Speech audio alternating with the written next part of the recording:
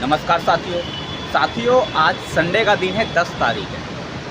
दिवाली निकल गई, छठ भी निकल गई और ये आप मेरे पीछे देख रहे हो यमुना नदी कालीदी कुंड घाट पे मौजूद हूँ मैं इस समय। आप देखो झाग, ये झाग की स्थिति है।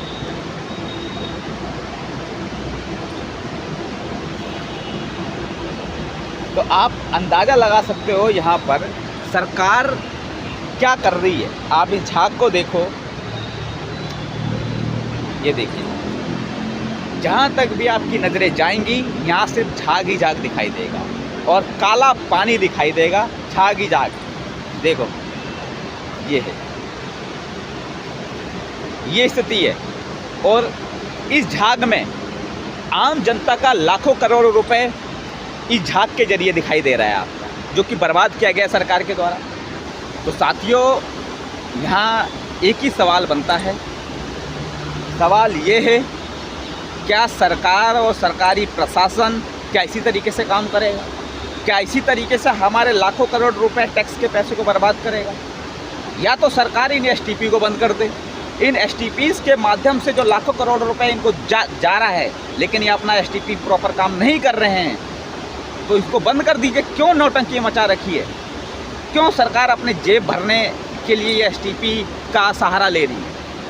अगर एसटीपी इसी तरीके से पानी साफ़ करके, ये अगर इसको बोलते पानी साफ़ है और एसटीपी अगर इसी तरीके से काम कर रही है, तो एसटीपी का हटाओ ना। एसटीपी क्यों नाटक मचा रखा है, ये समझ नहीं आ रहा। अरविंद केजरीवाल तो कह रहे थे 2025 में डुबकी लगाऊंगा। अभी दिल्ली के मुख्यमंत्री आतिशी छठ के टाइम पे नौटंकी पूरी मचा रखी थी छठ मनाने की। अरे वो ठीक है, आप लोगों के आस्था के साथ खिलवाड़ कर रहे हो, सबको पता है, लेकिन आप इसका जवाब दीजिए, कौन है इसका जिम्मेदार? दिल्ली सरकार केंद्र सरकार को दोष देती है, केंद्र सरकार दिल्ली सरकार को दोष देती है। क्या यही नाटक चलता रहेगा आप लोगों का? यही नाटक देखने के लिए हम लोग बैठे हुए हैं।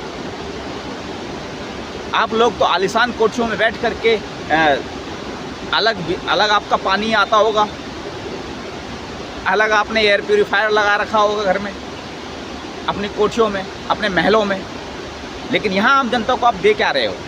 ये सवाल तो बनता है और सवाल आपसे पूछा जाएगा, क्योंकि आप दिल्ली की गद्दी में 10 साल से बैठे हुए हो। यमुना एक्शन प्लान के 3 स्टेजेस निकल चुके हैं। Yamuna action plan 1, Yamuna action plan 2, Yamuna action plan 3। तीनों एक्शन प्लान यहाँ पे हो चुके हैं और ये कहा गया था कि ये यमुना एक्शन प्लान 3 तक ये पानी पीने लायक बना दिया जाएगा। पर माफ़ करिएगा, ये पानी तो नहाने लायक नहीं है।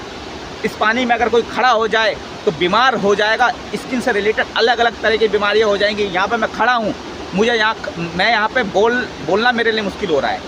आँखों में जलन मच रही है, पानी से बदबू आ रही है, लेकिन फिर भी मैं ये रिपोर्टिंग दिखा रहा हूँ, क्योंकि इसमें आपका निकम्मापन मुझे दिखाना है। मुझे दिखाना है आप किस तरीके से अपनी नाकामी को छिपाते हैं। सारा अमला आपका उठ चुका है यहाँ से।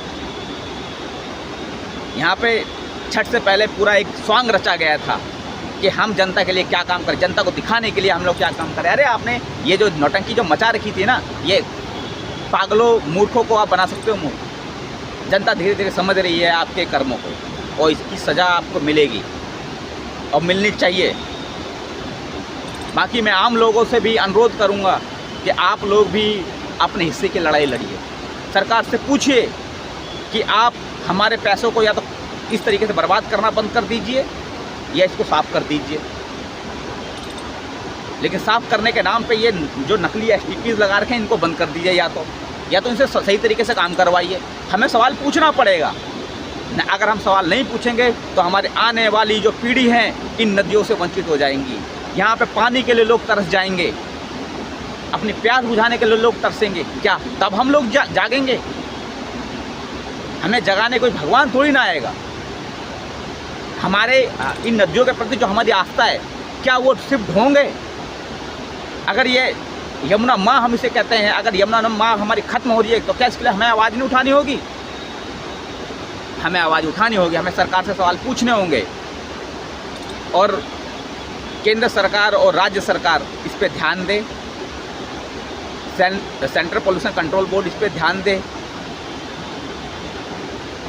इसके साथ ही मैं इस वीडियो को ख़त्म कर रहा हूँ। बाकी आपके ऊपर छोड़ता हूँ, आप देखिए और आप डिसीजन लीजिए, आप सोचिए, विचार करिए कि क्या ऐसे ही चलता रहेगा। धन्यवाद।